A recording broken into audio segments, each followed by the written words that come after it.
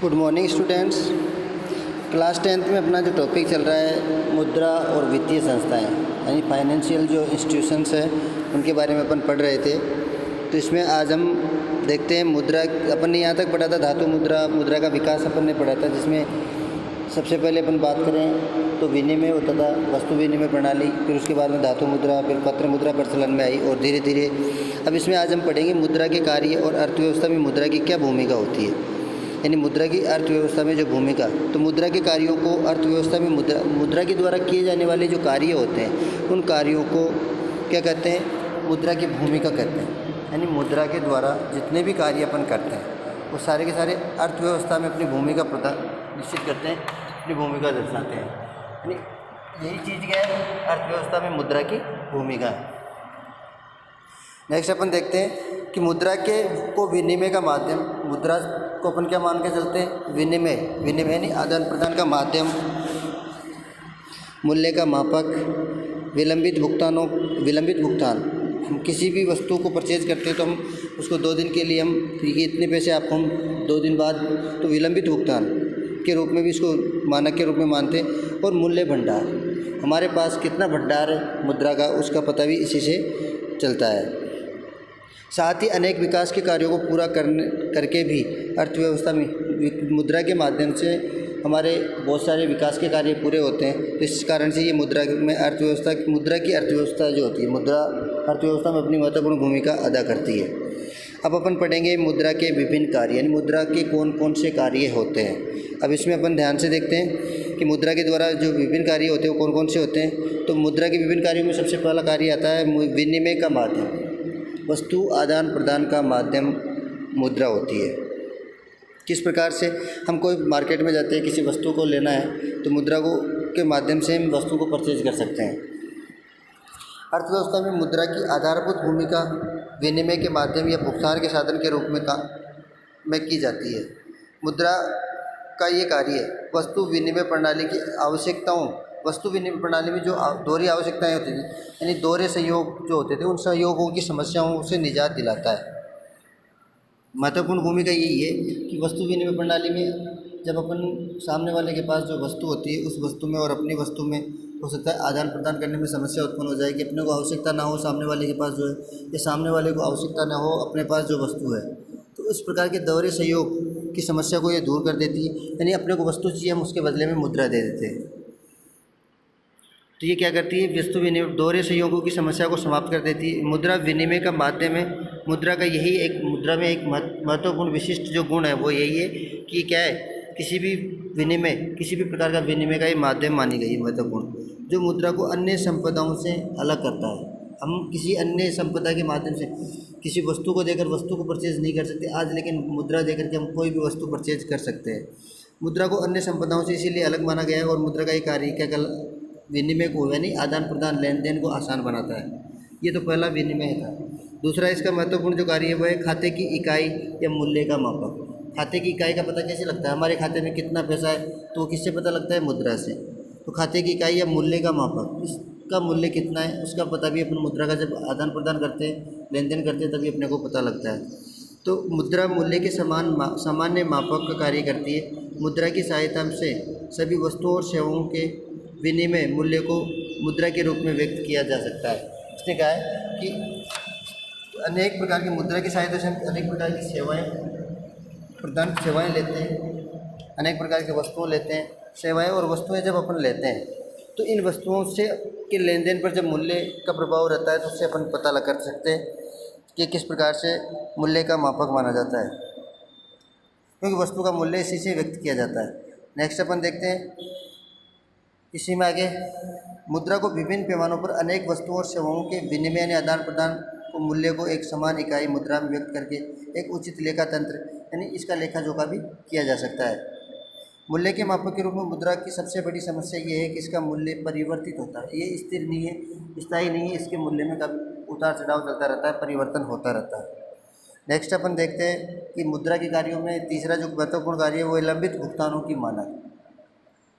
मुद्रा वह इकाई है जिसके द्वारा भविष्य में किए जाने वाले भुगतानों को सरलता से निपटाए जा सकते हैं। आज हम दुकान पे जाते हैं और आज पैसे नहीं दे करके हम भविष्य के लिए उसको छोड़ देते हैं, 1 महीने 2 महीने 3 महीने 6 महीने 12 महीने बाद हम, तो उसके लिए भविष्य के लिए इसको टाल दिए जाते हैं तथा भविष्य में तो उन्हें स्थगित भुगतान के नाम से अपन जानते हैं। ऋण भी एक प्रकार का स्थगित भुगतान ही माना जाता है।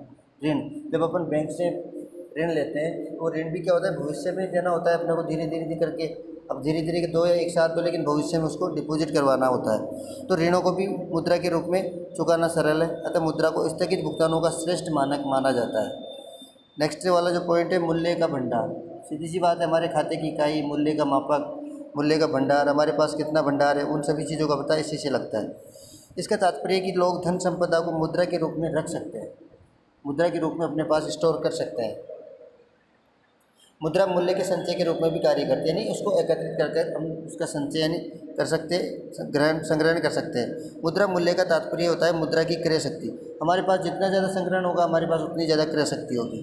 मुद्रा मूल्य की भंडार ही नहीं बल्कि वस्तुओं और संपदाएँ भी मूल्य के भंडार के रूप में। अब हम मुद्रा के साथ साथ कुछ वस्तुओं का भी संग्रहण कर सकते हैं, वो भी मुद्रा के रूप में मानी जाती है। लेकिन वस्तुओं के रूप में हम संग्रहित करते हैं, जैसे अपन ने सोना कर लिया, चांदी कर ली, या अन्य कोई वस्तुएं जो अपन ने संग्रहित की है, तो वो भी अपनी संपदा मानी जाती है।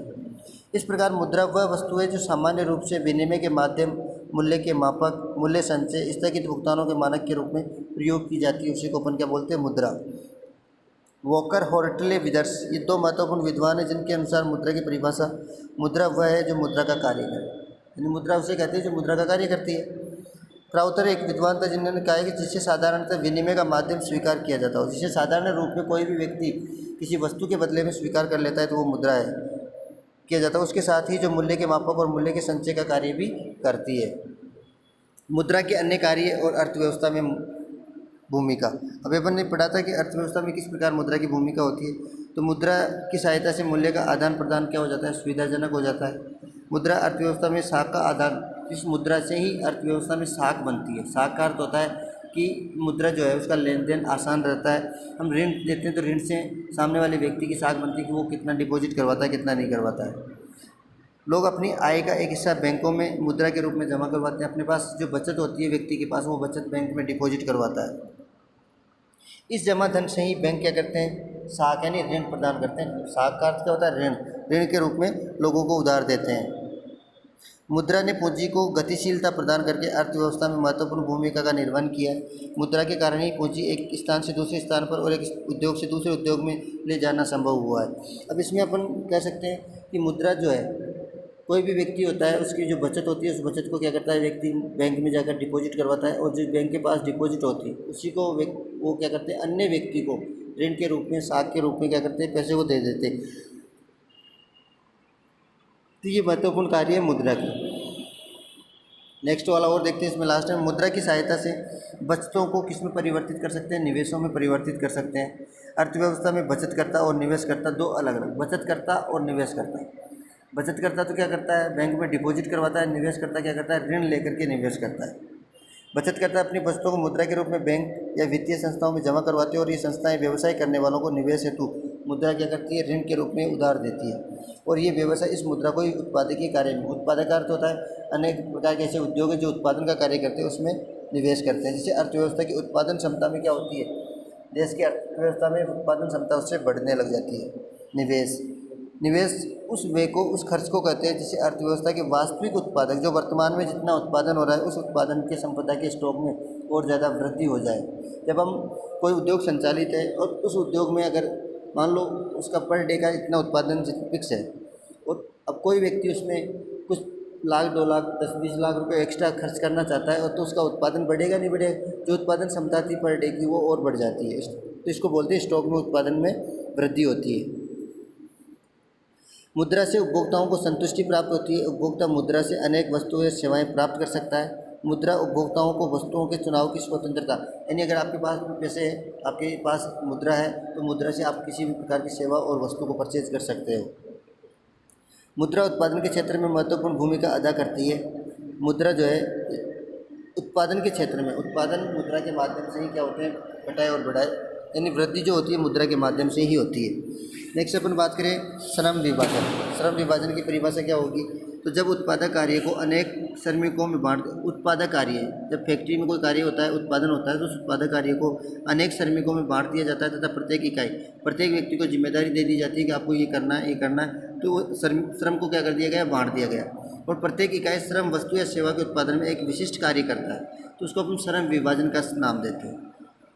श्रम विभाजन तथा विशिष्टीकरण से उत्पादन में क्या होती है, कुशलता में वृद्धि होती है। जो काम करने वाला व्यक्ति होता है वो उस कार्य के प्रति क्या होता है, जागरूक होता है और ज़्यादा समझने लग जाता है और उसका उत्पादन स्तर धीरे धीरे बढ़ने लग जाता है। मुद्रा के अभाव में ये समस्या उत्पन्न हो जाती है। जब मुद्रा नहीं होती तो मुद्रा के अभाव में ये सबसे बड़ी समस्या बनी रहती है। उत्पादित वस्तुओं का विभाजन संभव नहीं है, लेकिन मुद्रा के रूप मूल्य के माध्यम से सभी उत्पादक इकाइयाँ उचित आर्थिक नियमों का पालन करते हुए वितरण किया जा सकता है। मुद्रा से ही राष्ट्रीय और अंतर्राष्ट्रीय व्यापार में वृद्धि होती है। वस्तु विनिमय प्रणाली, अब इसने कहा है मुद्रा से राष्ट्रीय और अंतर्राष्ट्रीय व्यापार भी बढ़ता है। वस्तु विनिमय प्रणाली में व्यापार का क्षेत्र सीमित था, जबकि इतनी अधिक मात्रा में व्यापार करना उस समय संभव, वस्तु विनिमय प्रणाली के अंतर्गत ये चीज़ें संभव नहीं थी। वर्तमान समय में राज्य के कल्याणकारी स्वरूप को और ज़्यादा अधिक गति प्रदान करने के लिए राज्य सरकारों द्वारा अपनी जनता हेतु अनेक कल्याणकारी योजनाएं संचालित की जा रही है। इन योजनाओं पर सरकार को और ज़्यादा खर्च करना पड़ता है और इस व्यय की पूर्ति सरकार कहाँ से करती है, कर लगाकर सार्वजनिक ऋणों से प्राप्त जो इनकम होती है उसके माध्यम से ये सरकार अपनी पूर्ति करती है, जो मुद्रा के रूप में प्राप्त किए जाते हैं। वर्तमान में मानव विकास जिस स्तर पर पहुंचा है वह मुद्रा से ही संभव हुआ है, अर्थात मानव जीवन का कोई ऐसा क्षेत्र नहीं जहां मुद्रा की आवश्यकता ना हो। मुद्रा एक साधन है, साध्य नहीं। इसका अर्थ क्या होता है, मुद्रा एक साधन है, साध्य नहीं कह सकते उसको। साधन है, किसी चीज़ को प्राप्त करने के लिए मुद्रा का प्रयोग करते हैं, इसलिए उसको साधन कहा गया है, साध्य नहीं। यानी उससे केवल मुद्रा को दिखाने मात्र से काम नहीं होता है। मुद्रा किसी चीज़ को प्राप्त, किसी सेवा को प्राप्त करने का एक साधन माना जाता है।